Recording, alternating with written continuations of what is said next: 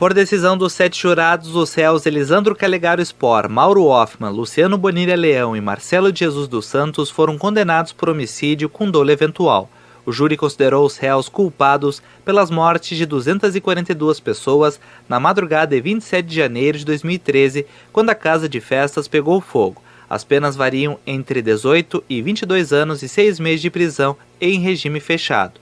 O promotor de justiça Davi Medina da Silva afirma que espera que não haja reformulação das penas por conta dos recursos dos condenados. Nós sabemos que as defesas vão interpor recursos, então nós esperamos, nós fizemos tudo certo, nós até silenciamos as famílias no plenário para que elas não se manifestassem, para que elas não anulassem o julgamento, e nós esperamos que agora as cortes do Brasil possam fazer sua parte, apesar do legítimo direito de recurso, que as cortes saibam e não anulem esse julgamento por nada. Após o anúncio da condenação dos 4 réus do caso Kiss, familiares das vítimas fizeram uma roda em meio ao tribunal do júri. O presidente da Associação dos Familiares das Vítimas e Sobreviventes da Tragédia de Santa Maria, Flávio Silva, falou para o grupo. Ele disse que, apesar da decisão da Justiça, não há nada para comemorar. A não ser o momento da comemoração da conquista da Justiça.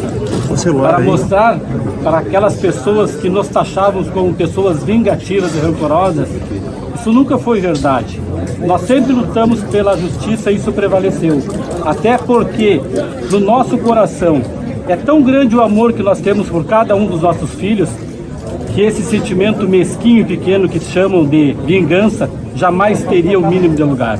O TJ concedeu um habeas corpus preventivo para os réus do caso Kiss. Por conta disso, foi suspensa a execução da pena para Elisandro Spor, Mauro Hoffman, Luciano Bonilha Leão e Marcelo de Jesus dos Santos. O juiz Orlando Facchini Neto disse que não concorda com a medida, mas que não pode descumpri-la. Eu não digo que é uma frustração, eu acabei de falar sobre isso. A minha decisão explicita as razões pelas quais me parece que no tribunal do júri, como diz a lei e como vem dizendo o Supremo Tribunal Federal, deflagra-se a execução da sentença. Agora, há pontos de vista contrários, e como juiz eu não tenho outra alternativa a não ser respeitar. É uma decisão com a qual eu concorde em termos de fundamentação? Não. Por quê? Porque justamente apontei as razões pelas quais o meu posicionamento é diverso, calcado na lei e calcado em decisões do Supremo. Mas não há decisão vinculante a esse respeito e cabe me respeitar. O Ministério Público e a Defesa podem recorrer da sentença. Agostinho, vamos tentar entender um pouco mais essa sentença e explicar para o nosso ouvinte com um especialista, que é o promotor de justiça do Ministério Público de São Paulo, Luiz Miléo, que é professor também das questões ligadas ao direito penal, direito processual penal, é um especialista, portanto, no assunto, que está aqui conosco nesta manhã. Doutor Luiz, seja bem-vindo à Rádio Bandeirantes mais uma vez. Bom dia, tudo bem? Bom dia, Pedro Campos. Bom dia, Agostinho Teixeira. Como é que vocês estão? Estamos bem, sim. Bem, graças a Deus. Bom, foi reconhecida a responsabilidade, né, dos envolvidos aí por 242 homicídios dolosos, né? E mais de 600 tentativas no mesmo crime. Isso foi o que os jurados decidiram depois de apresentadas provas lá no Salão do Júri em Porto Alegre. O que tem chamado a atenção, e eu gostaria da tua ajuda para explicar para o nosso ouvinte, são as penas impostas, 22 anos, 18 anos. E por que essas penas são tão baixas se são tantos os crimes, tantas as mortes investigadas nessa questão, hein, doutor Luiz? Bom, Pedro, a respeito de... Isso se trata de concurso de crimes. E eles foram denunciados por esse total, no montante de 878 vítimas, 242 mortes e 636 tentativas de homicídio. Mas, pelo que dispõe um artigo lá do Código Penal, artigo 70, com uma só ação, eles geraram todos esses resultados. E o que determina a lei? Se acontecer esses requisitos, aumenta-se a pena de 1/6 à metade. Pega-se o fato mais grave, o mais grave é uma dessas 242 mortes, e aumenta em relação a esses 877 resultados, alguns mortes e algumas tentativas de homicídio, de 1/6 à metade. O juiz aumentou de metade, levando em conta a pena base atribuída a cada um deles. A pena foi de 15 anos, pena mínima, aumenta de metade. A outra, a pena base, foi de 13 anos, aumentou de metade. E as outras duas penas em relação a Marcelo e Luciano, pena fixada de 12 anos, aumentada de metade, que é o que determina o Código. E não há um concurso material, uma somatória de penas, justamente porque eles, em tese, o que foi acolhido pelos jurados, não havia desígnios, vontades autônomas, individual, a cada uma das vítimas. Foi uma só ação geradora de todos esses resultados. E aí determina a lei, aumenta-se de 1/6 à metade, pegando o fato mais grave. Doutor Luiz, bom dia, obrigado por atender o nosso convite aqui. Nós leigos, né, olhando como leigo aqui, não dá para dizer que foi injusta a condenação. Injusta não é uma expressão que cabe nesse caso, porque, como o senhor falou, a lei foi cumprida, então fez-se justiça. Mas é pouco.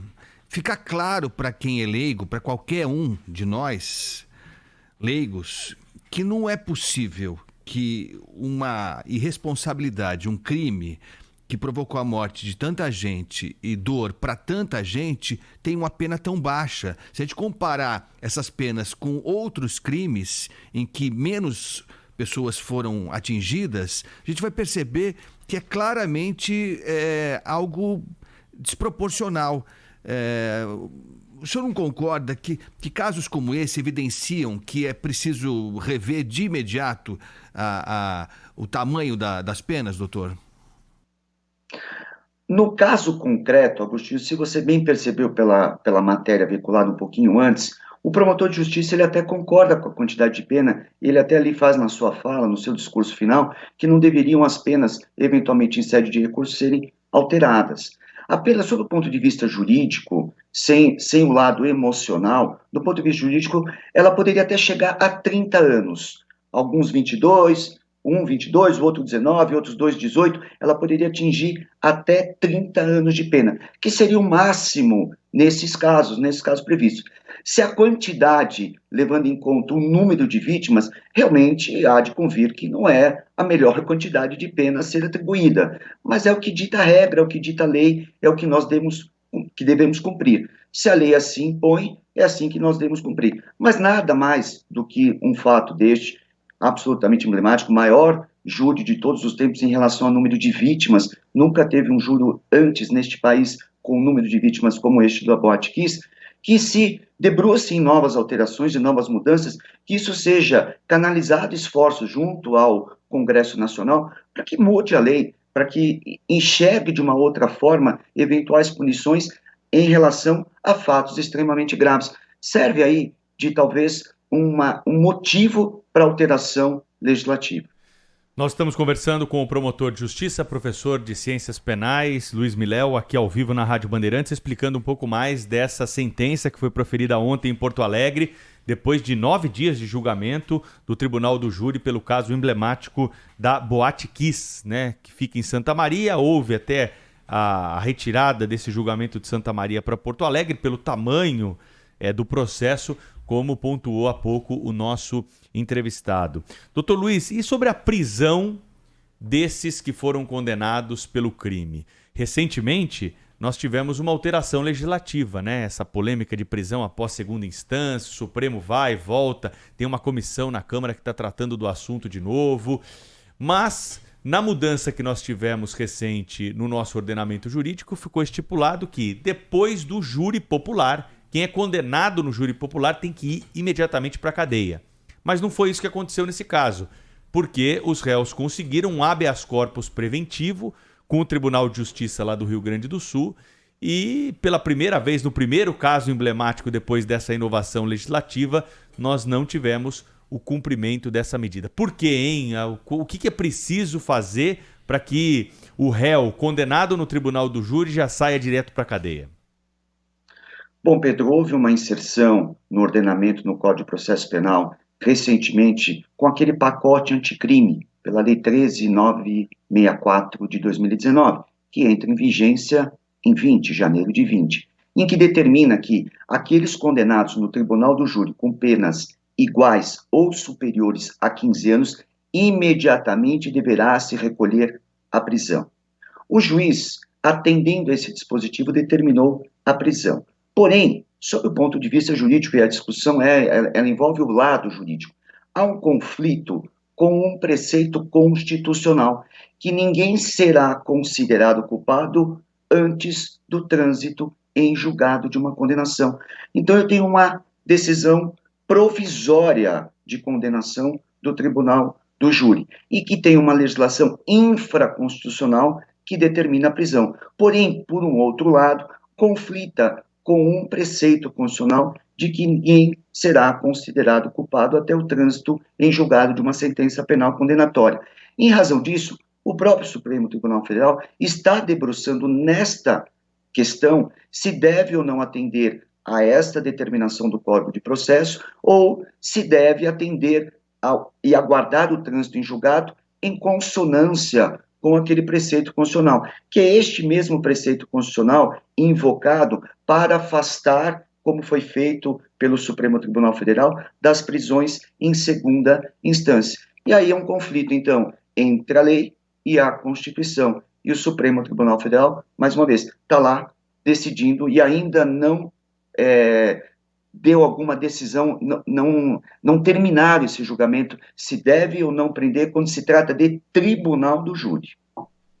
Aliás, sobre isso, sobre tribunal do júri, que sempre é motivo de discussão, né?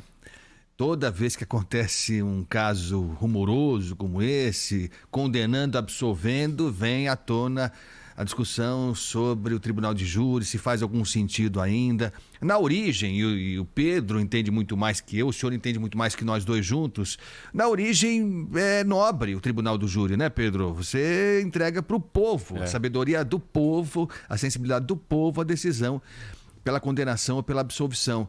Mas aí, isso é suscetível a situações como as que aconteceram nessa da Boate Kiss, que eu considero constrangedor, nada contra, né? Os advogados estão lá, os promotores estão lá para tentarem fazer o melhor, cada um do seu lado. Mas aí você viu, Pedro, teve um dia lá que o advogado, ou advogada, sei lá, trouxe supostamente a psicografia, uma mensagem psicografada de uma das vídeos. É quase desrespeitoso, é quase ofensivo, né? A memória das pessoas que partiram e mais aos familiares que estão sofrendo. O que falta para se chegar a uma conclusão de que talvez o tribunal do júri não se justifique mais, se é que o senhor concorda com isso, doutor Luiz? Olha, Agostinho, o tribunal do júri eu acho que ainda deve permanecer entre nós, pela seguinte situação. Qual a nossa ingerência junto ao executivo? Pelo voto. Qual a nossa ingerência junto ao legislativo? Digo como sociedade, pelo voto. Qual que é a ingerência da sociedade junto ao poder judiciário? Não há voto. E este é o único cordão umbilical que a sociedade tem de ter uma participação no poder judiciário reservada apenas e tão somente um assunto: julgar o seu semelhante pela prática da morte de um semelhante. Então, é a única incidência que a sociedade tem de contato com o poder judiciário. Lembrando que no tribunal do júri, os jurados, eles são juízes do fato, enquanto o juiz togado lá no tribunal do júri, ele é juiz do direito. Creio que deva permanecer. É uma instituição louvável, é uma instituição que ela deve ainda ser trazida à sociedade, porque, mais uma vez, é esse ponto de ligação, de incidência que todos nós temos junto ao Poder Judiciário. Não deixar, nesse momento, esse tipo de assunto ao juiz togado, ao juiz técnico. Creio eu que ainda é mais salutar termos o Tribunal do Júri. Promotor de Justiça Luiz Miléo, muito obrigado por participar conosco nessa manhã de sábado aqui do Jornal Gente da Rádio Bandeirantes, explicando para os ouvintes, né, essa pena e as questões que estão em volta desse julgamento que chamou a atenção ao longo dos últimos dias. Condenação de 4 réus por homicídio doloso no caso da Boate Kiss de Santa Maria, no Rio Grande do Sul. Doutor Luiz, bom fim de semana, hein? Um abraço, até a próxima. Obrigado, Pedro, Agostinho, um bom final de semana a todos. Abração.